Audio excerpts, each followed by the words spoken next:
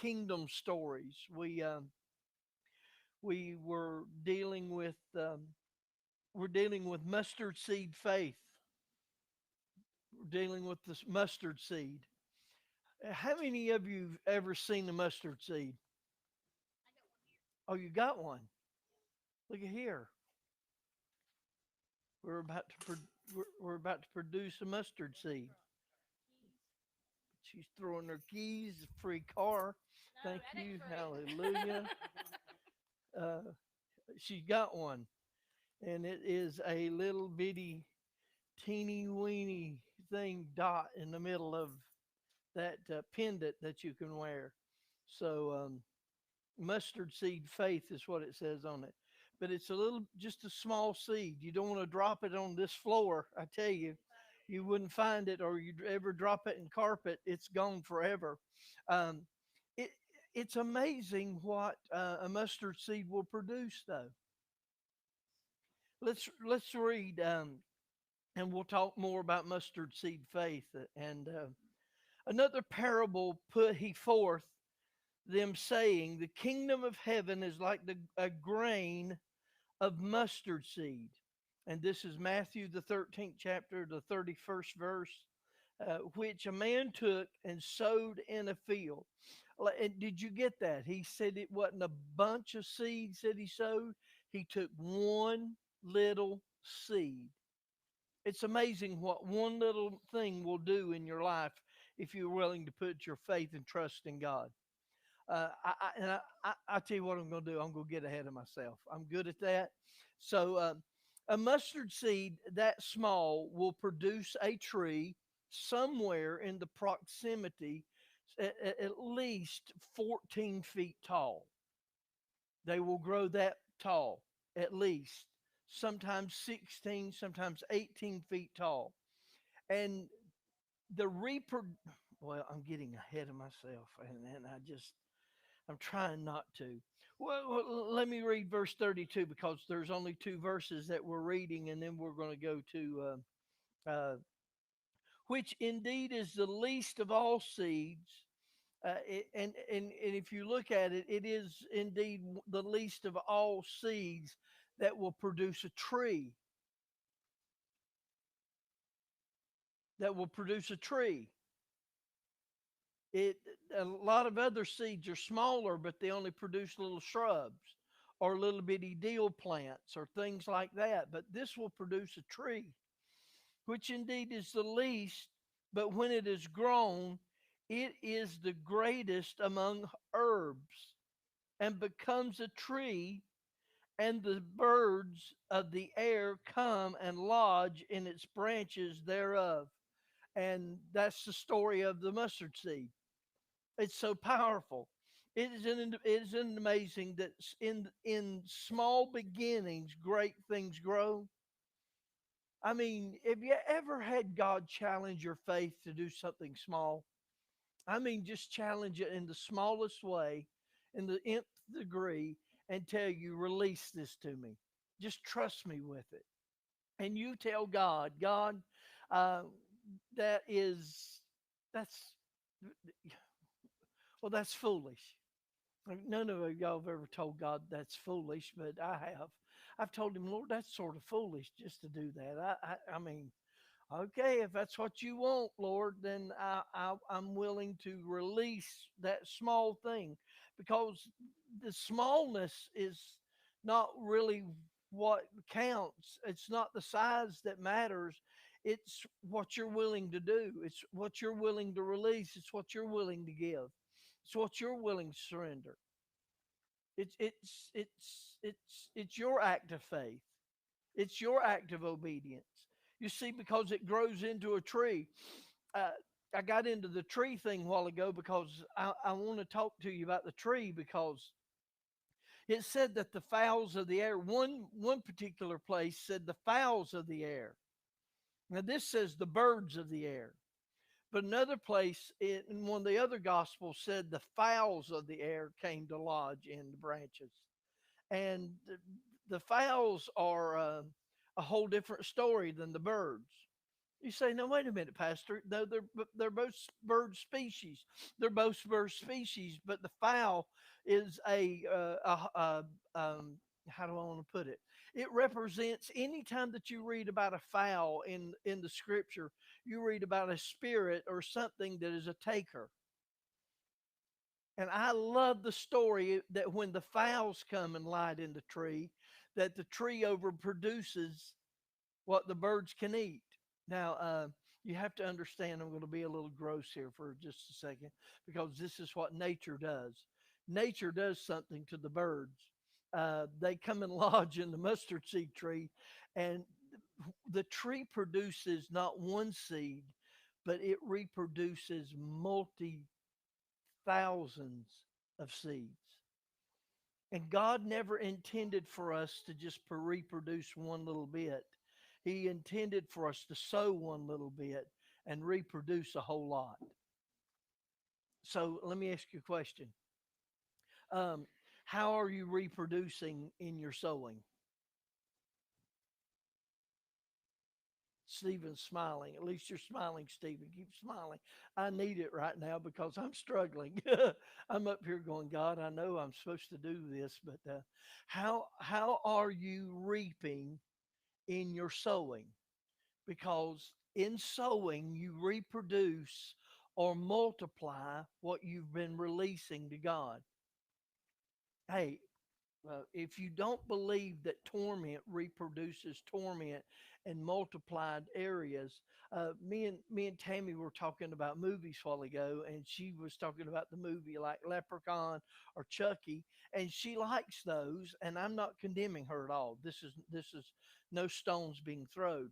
I personally can't watch those, and I made a covenant with God about me watching horror flicks because I used to love horror flicks. I used to watch them all the time, and I used to get engrossed with them.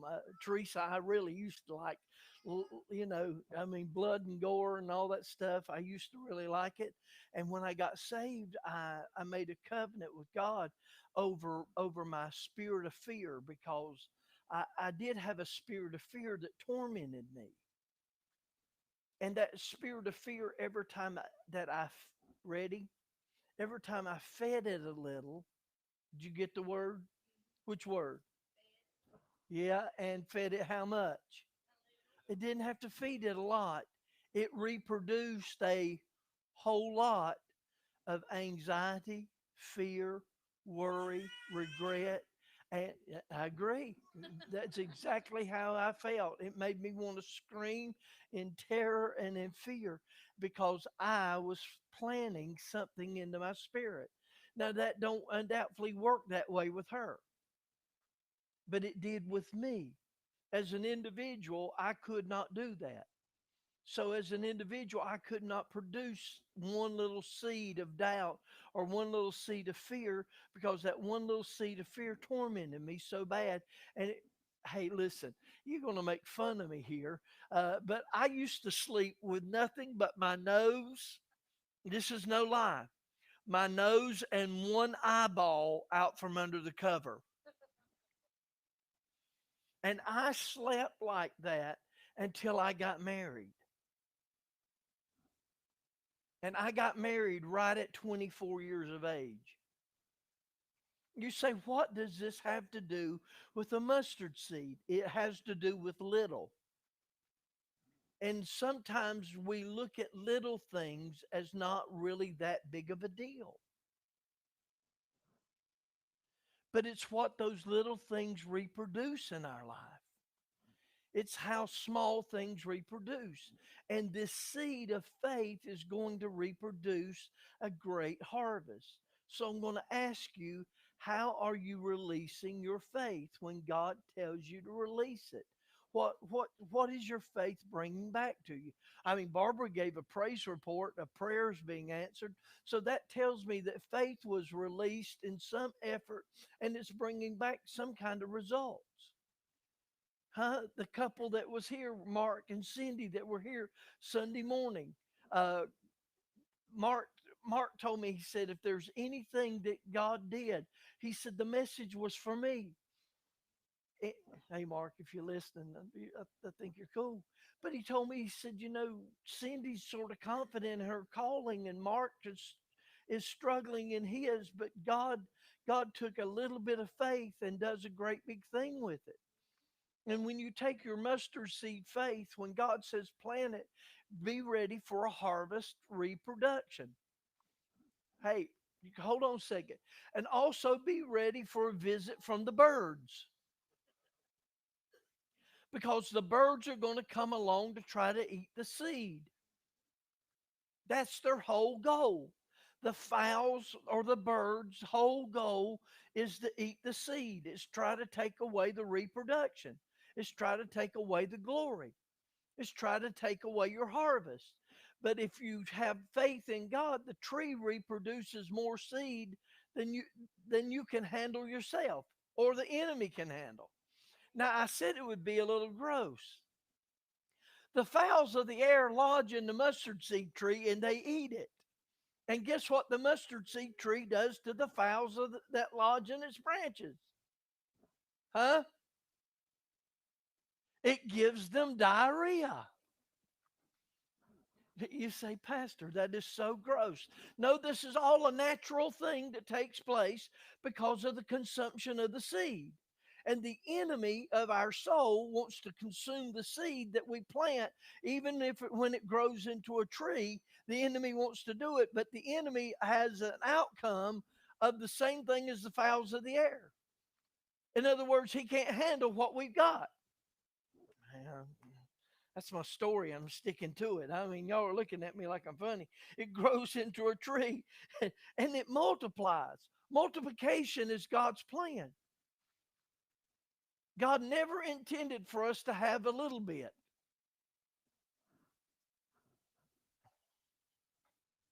Really? Tell me more, Pastor. Well, he really wanted me to multiply and be fruitful. Really? How fruitful? Well, when he gave the little bitty boy gave his loaves and fishes, he multiplied it into how many? 12 baskets full of fragments. So when you release your faith, God's whole intention is to multiply it.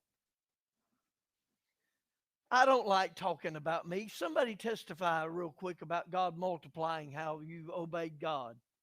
Well, I'd rather keep it personal, not tell anything God's done in my life and everything else. But it sounds like you want me to brag. Well, no, I want you to tell me how God's multiplying you.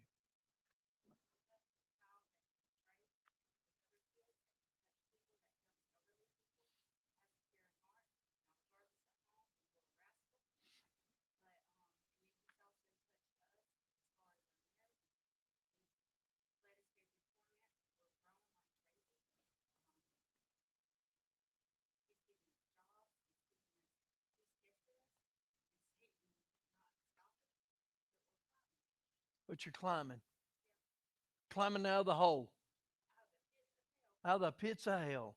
Because y'all been in the, I mean, we know that we've been praying for your marriage because you've been saying it publicly. Pray for our marriage, pray for our marriage. And it looks like it's getting better. It's getting better.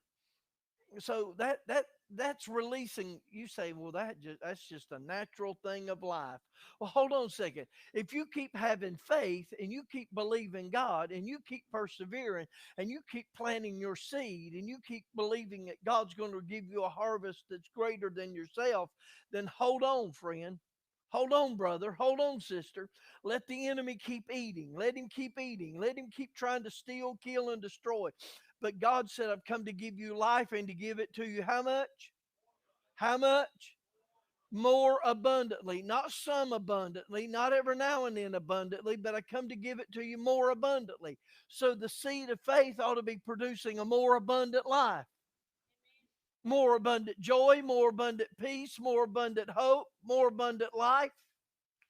Well, you better hope that you shouted right there. That may be all you get in a shout.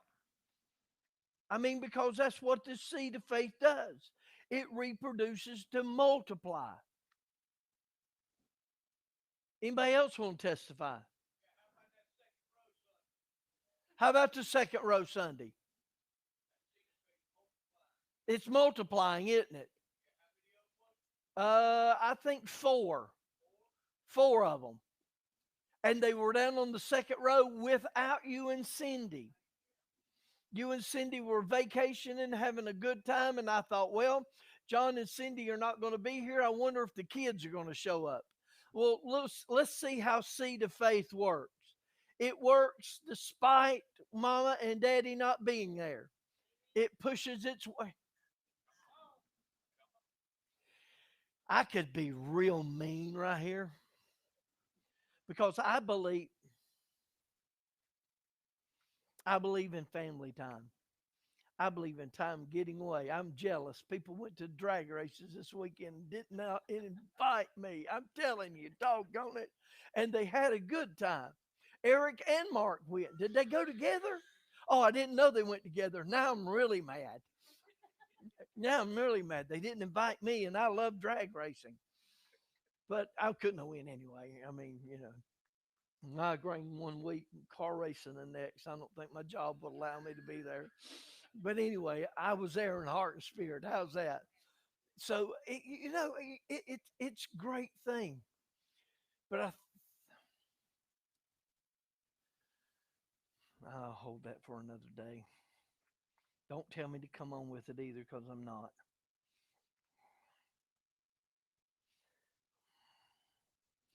When the tree reproduces, it becomes a place of blessing. When the mustard seed reproduces, it becomes a place of blessing. So why does it become a place of blessing? It becomes a place for me to get another seed and go plant it. It don't produce one seed where I can worry about just losing. Now, if I've only got one seed like this here, right there it is. If I've only got one seed like that, but if I can have a tree and the tree reproduces and I've got a bag of seed, I don't mind dropping a seed every now and then because I've got a whole bag of seed. Did you get this? I have a whole bag of seed. I don't have a seed. I have a whole bag of seed. And that whole bag of seed I can carry with me at all times. And Fred, it will reproduce anywhere that I go. It doesn't matter whether I've been in Colorado. Uh, I sit down beside a friend of mine yesterday at Paul Collins's funeral, and her husband used to pastor the Union Road Church of God, and Ruth and I sat there and talked about her husband Bob, and what a great man he was. But Bob got me preaching out west, and because he didn't like me. No, he loved me. It's a joke. He didn't like me, so he called me a sissy one day and told me that I only wanted to preach in comfortable places, and that I wasn't a real man of God, because a real man of God would go preach anywhere. And I said, well, find me a place to go preach. He said, I got a place. It's called Lemon, South Dakota. And I said, I'm in it. Well, come to find out that Lemon, South Dakota, it's got a street in it about as long as our parking lot, Barbara. And the grocery store is about this big right here. And the movie theater is probably about half this size right here. And I do think they have a McDonald's in it that closes it down at about 8 or 9 o'clock, all except on Wednesday night. And I think it stays open until 10 o'clock on Wednesday night. And the streets roll up about 7 o'clock during the week. And that's about it. And when I went to Lemon, he did not send me in the summertime. He sent me in the wintertime. It was 35 below out there when I went to preach. Yeah, 35 below at night. And people came. I mean, they came and they came and they came and they came. And God planted a seed. Matter of fact, Ruth was telling me yesterday about my seed that's still growing out there in Colorado and how it's growing. And then I went down to Pierre, Colorado. the state capitol, and I went down there and I told her brother something that he almost called me up and told me that I was a false prophet because I prophesied to him that his job would end abruptly, and his job didn't end abruptly. Nearly a year later, and he decides that he's going to call me up and tell me that I'm a false prophet. And the week that he gets ready to call me, he comes to find out that his corporation has been cheating. And they asked him to falsify documents. And Lowell looked at him and said, "Sirs, you do understand that I am a believer and I'm redeemed to the Lord, and I will not falsify documents." And they looked at him and said, "If you do not falsify documents now, you're fired." And he said, "I reckon I'm fired." And they fired him immediately after working there for 32 years. But my seed is still growing in Colorado. It's still growing in North Dakota. It's still growing in South Dakota. Where you plant a seed, hang out with me for a second, because the seed is a place of blessing. The tree is a place of blessing. It's where I can get more seed at. It's where I can plant more seed at. Do you, do you understand that faith reproduces faith?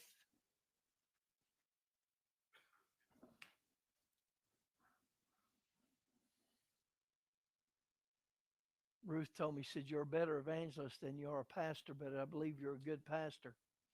And I said, "I am a better evangelist than I'm a pastor, but I am a good pastor.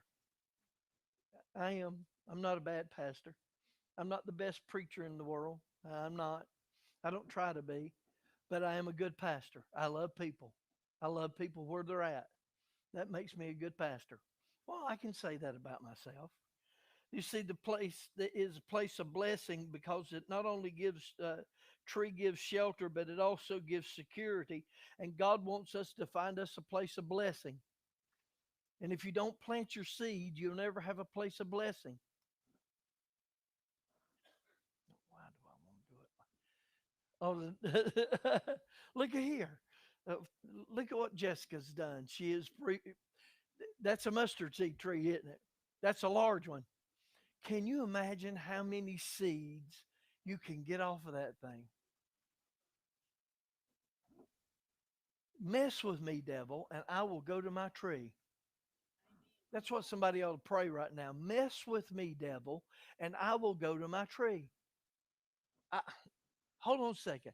I planted this. It's grown. God gave me reproductive power through planting of faith. It looked small. It looked insignificant. People made fun of it. Well, matter of fact, God, I sort of laughed at it sometimes and went, "God, are you sure about this?" And God just said, "Watch it grow. Watch what I'm going to do. Watch how I'm going to bless it." Because the plan of faith is more. It's not some, it's more.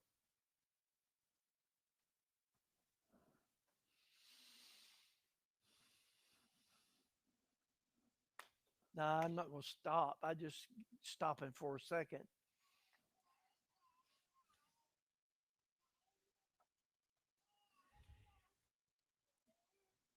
You ever want dumb things? Huh? At least you're honest. You ever you ever you ever want dumb things for yourself? Cold every day, every day. Huh? I ride down the road and see bulldozers. I can't operate a bulldozer to save my life. I look over at Johnny Lucas sometimes and go, "You know what? I need that." He goes, "What for? You don't have enough land to bulldoze every stuff down." I go, "I don't know, but it would look good. I'd park it in the backyard somewhere." I'd call Barbara up. "Hey, Barbara, can I borrow a place in your property? I need to park a bulldozer." I hear her go, "Yeah, you can. Just don't knock over any trees." I go, "Oh, I can't park my bulldozer then. Sorry." I see lawnmowers. I seen a new lawnmower the other day. I looked at my lawnmower and I went, oh, my lawnmower's ugly. It runs, it cuts grass, it does fine. It's only about 20 years old now. It still runs. I went, man, that is a nice new lawnmower. Oh, I want that lawnmower. And I looked, and the payments weren't going to be that bad. I thought, you know what? I could get me a new lawnmower. I might just get, and then I stopped and I thought, you know what? I haven't talked to Lynn about the lawnmower, and it's going to be hard to explain the new lawnmower where she says, where did that come from? And I go, I don't know. You ever want crazy things? There's a little white Porsche on eBay right now for sale. Anybody want to have compassion on me? It's it's only $38,750 only. You want to buy a Cadillac, Lee? I got one for sale. You say, what does this have to do with faith? Sometimes in my faith is so crazy that I believe God for the stupid stuff and get it. You didn't hear me. I lost some of you. And God says things like this. Well, you were obedient. You obeyed me. You planted. You released it.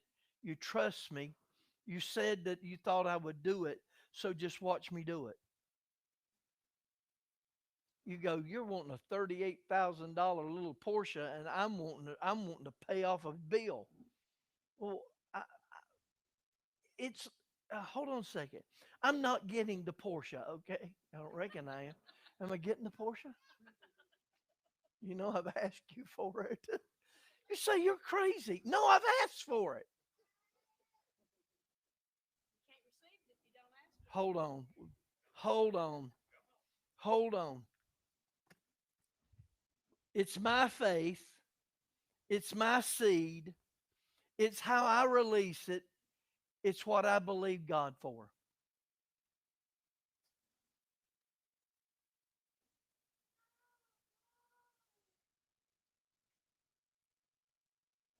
You say that's ridiculous. He said, take your seed, plant your seed, it turns into a tree. Hold on a second. Bear with me. Pay attention to me for just 1 second as I go right here. I hope I don't make this squeal. That's bigger than me. That's more than I can handle. That's more than I can use. And all he ever asked me to do, break out the seed,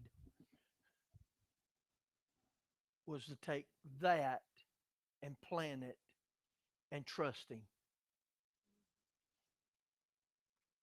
He said that would produce a tree. Hold on a second. If it's my if it's my property, you with me?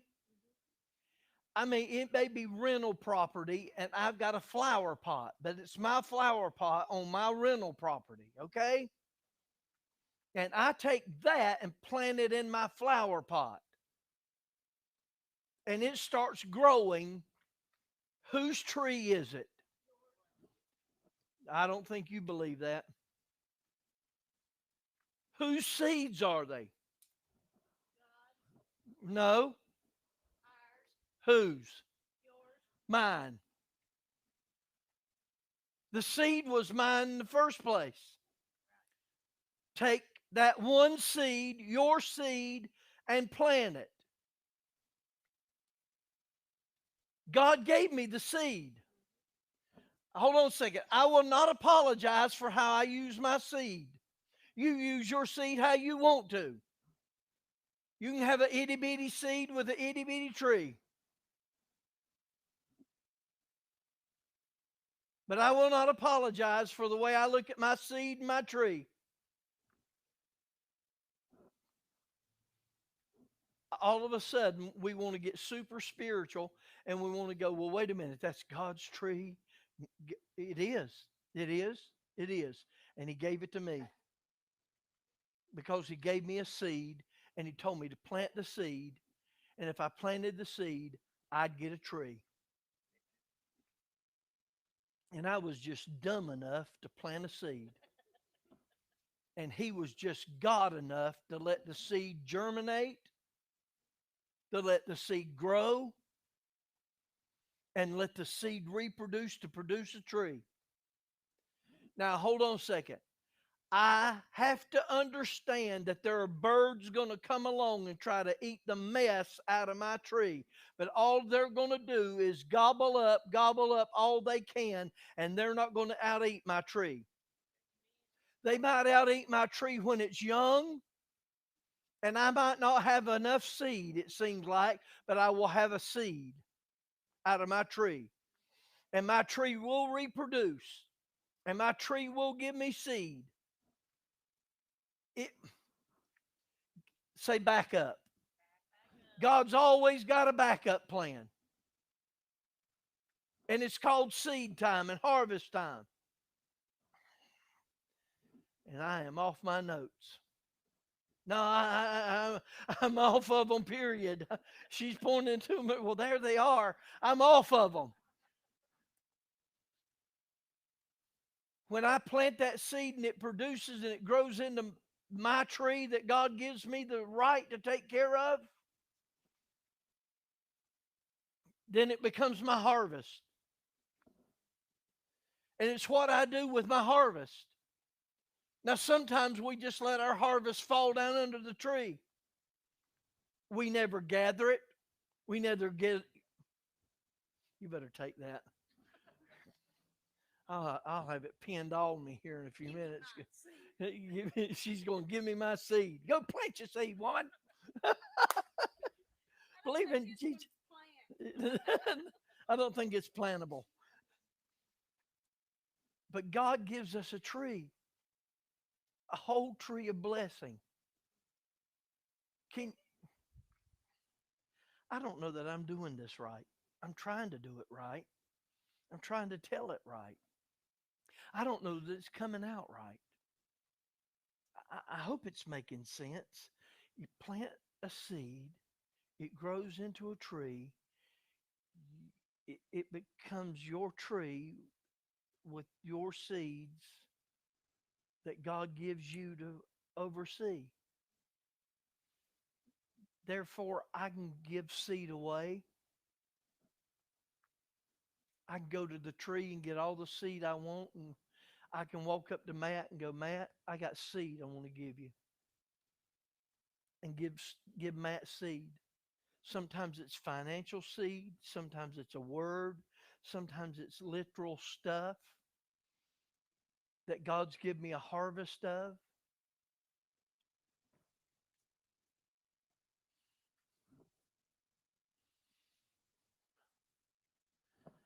I'm not at a loss for words. I'm really not. I'm just trying to make sure that I'm doing this right. Plant the seed, grows to a tree, grows to a shrub, then it grows to a tree like that, and then it produces seed. And when it produces seed, I've got more than I can handle.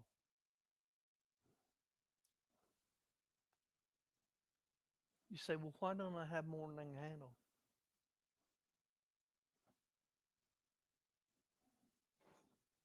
Carly said, Satan. I'll give her that. I'll also give you this one, mismanagement of what God gives us. We don't learn to manage what God gives us. We don't learn to manage the seed. We don't learn to we don't learn to take care of the harvest.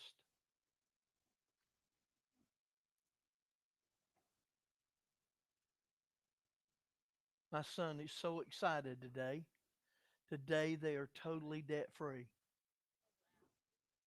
All of his college is paid off, that him and Brittany, everything's paid off, and they're totally debt free as of today.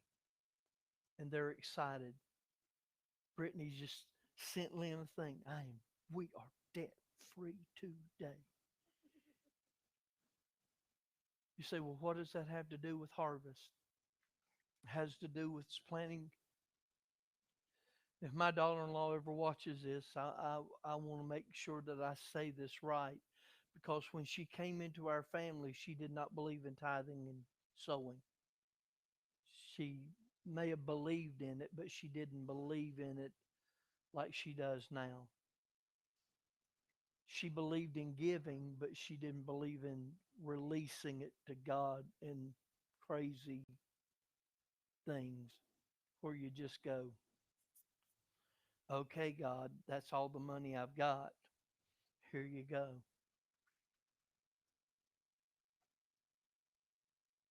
And she'll tell you, well, you heard what happened, how they paid her boys so she could buy groceries. If you were here Sunday, how that God worked and gave the two boys enough money, her two sons enough money, so they could buy groceries for a whole month. That's how God works.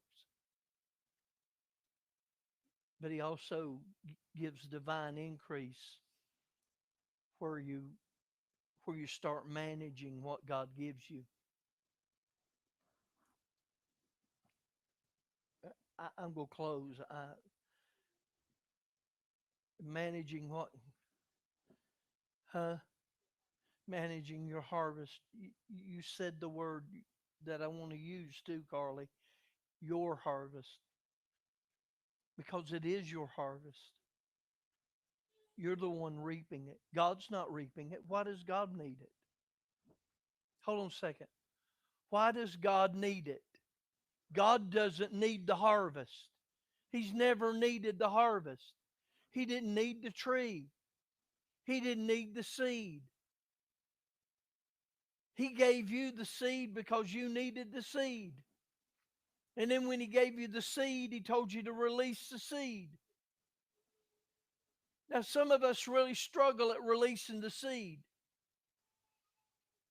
because the seed comes in so many different shapes and forms.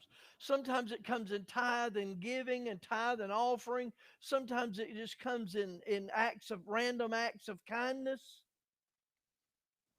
Sometimes it's being in line and paying for the 3 cars behind you or the 2 cars behind you.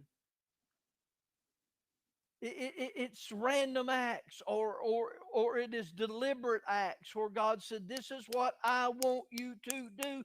Do you understand what I'm telling you to do? And you go, God, yes, I understand what you're telling me to do. Please don't think bad of me. I'm going to talk about money here for 1 second. Because when I went to Lemon, South Dakota, God told me something the second time that I went. He told me He was going to give me $25,000 in an offering. And I looked at Bob Frazier and I told Bob Frazier, I said, Bob, God told me He's going to give me $25,000 this week in the offering. And Bob Frazier looked at me, and so help me, if Bob was sitting right there, he would verify it. He said, Beaver, if you get $25,000 out of the offering out there, that'd be a miracle. I grew up in that church. They'd never give. Not like that. And they're not going to. Not unless God gets in the arrangements. And I said, you watch what God does.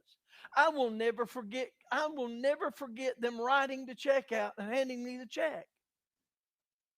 Matter of fact, it was over $25,000. I didn't take it. I'm not trying to sound self-righteous. I didn't take what was over the $25,000. I gave it away, gave it to the pastor and the team. They were going to Romania. I gave it to them to go to Romania. I just took the $25,000 because God said $25,000. He didn't say $25,000 and some. I only took what He said to take. I'll never forget making the phone call that morning, waking Bob Frazier up, going, hey, Bob, guess what? He said, what, Beaver? I said, 25,000 plus dollars came in the offering. I reckon I'm a man of God, huh? I wasn't a man of God. Hold on a second. I wasn't no more a man of God then than I am right now. what it was is that God had told me to plant a seed. And what God said to do, I would reap a harvest. The $25,000 was never mine. It was to do. I don't know how some pastor or some state overseer, some state youth director in New Mexico found out that I got an offering of $25,000. But I get a phone call 2 days later from a guy down in New Mexico who's the state youth director of New Mexico. He said, "Hey, Pastor, I heard, or hey, Brother Beaver, I heard that you received an offering. And I just wanted to know if you wanted to plant a seed out of it." Now, don't worry, I'm about to close. It's 7:43 and I'm done.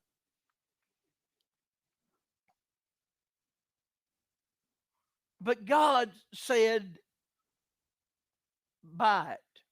He said, we need a new computer for the state office. We can't afford one.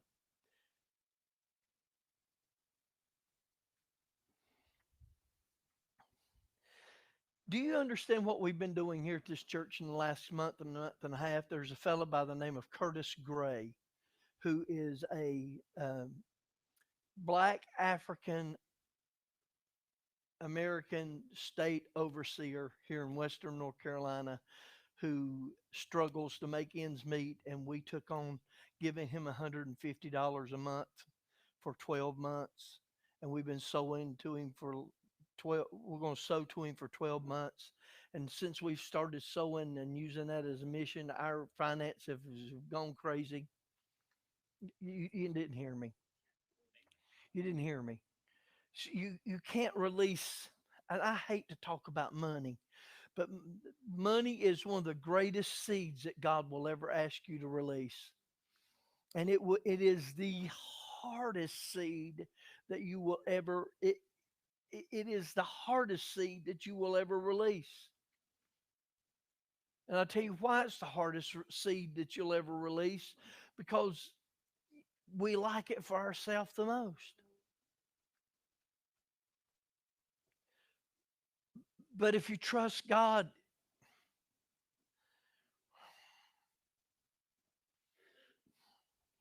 I'm not going to get up and scream, "Money cometh to me," because money doesn't cometh to me.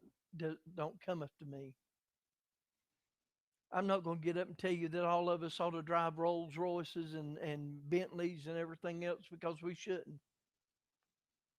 But I will tell you that we ought to plant our seed and watch God give us a tree. And we ought to get our bags out, our bags, our harvest bags, and start reaping in a harvest full of seed. Asking God, "God, I got a bag of seed. How do I release it other than to me?" Because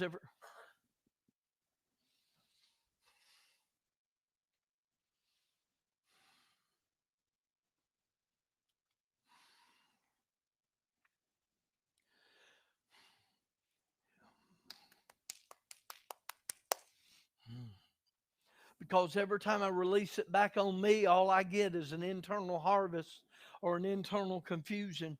But how can I?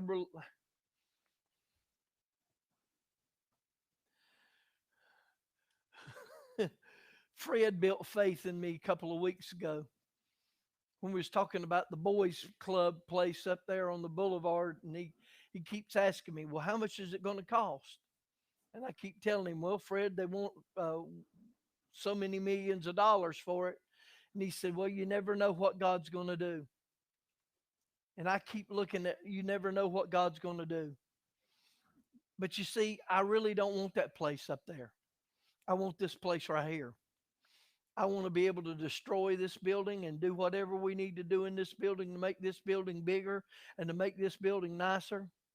You go, "Well, I don't want to be here." Well, sorry, this is the place God's given me a vision for. And I'd just soon burn this building down to the ground and bulldoze it up and put a brand new building right here, a brand new church right here. Because I have a heart for this community and a heart for this harvest.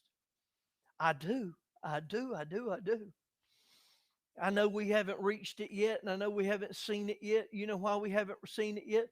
Because we because that right there has never really left out of this building in the way it ought to leave out of this building. Hang out with me.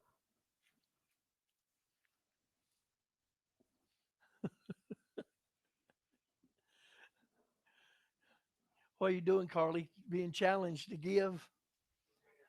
You're obeying God, aren't you? You wouldn't believe me, but yeah, you will. You too will. About 15 minutes ago, God spoke to my heart and told me that you were going to give, or that you should give. And it would be a step of faith. And it would be a challenge of faith. Huh? It's not yours. Undoubtedly, it is yours, Carly. As long as it's in your possession, it's yours. You can bless others with it. Then why don't you believe for a tree?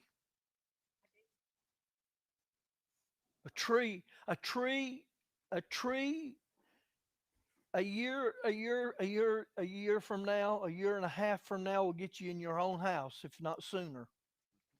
A tree will get you in two good cars, paid for.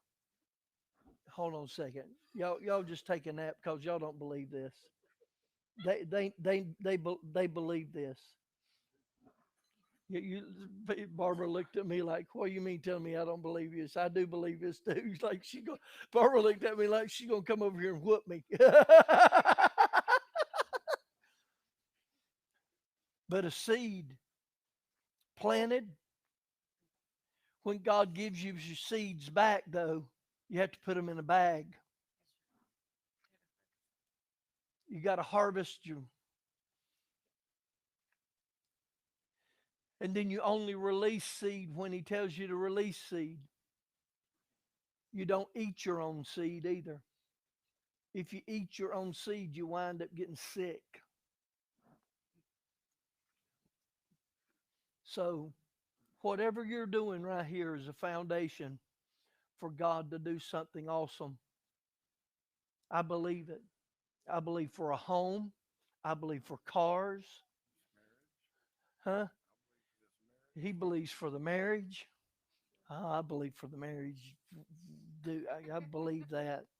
13 years y'all been together. I believe that. I believe that hell can't destroy it. I believe it. I believe. All hearts and minds clear.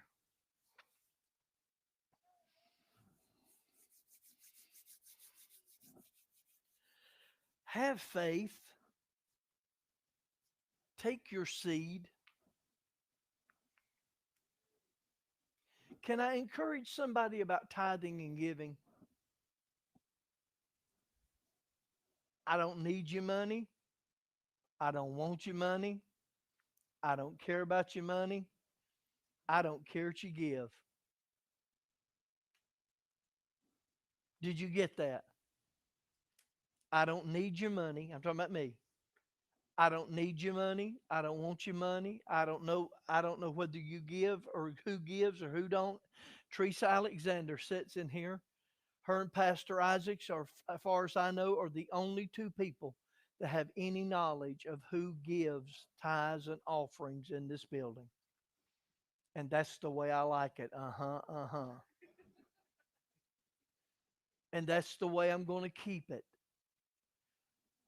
But to whom it may concern about planting your seed, if you've not been planting your seed, start planting your seed and expect God to give you a tree. Expect a bigger harvest from God. Watch God heap it on you, or watch men heap it to your bosom. Good measure, pressed down, shaken together, running over.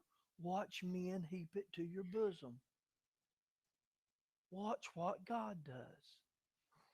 Watch how big all of a sudden, your little bit that you release seems to go woof into the hands of a divine God. Go ahead, Stephen. Thank you, Stephen. Thank you for reminding of this. It has a season where it produces a harvest. Sometimes during the winter, it seems to lie dormant, but that's why you gathered seed up during the summertime or during the harvest time, because your tree will lay dormant for a little while, but it don't mean it's dead. It just means it's rejuvenating, getting ready to give you another harvest. And and for what it's worth, I feel like there is a harvest getting ready to be released over this building, over the men and women in this church. I do in Jesus' name. I believe it. I believe it. I believe more than you can handle for what it's worth. Amen. Amen. Stand with me. Meet me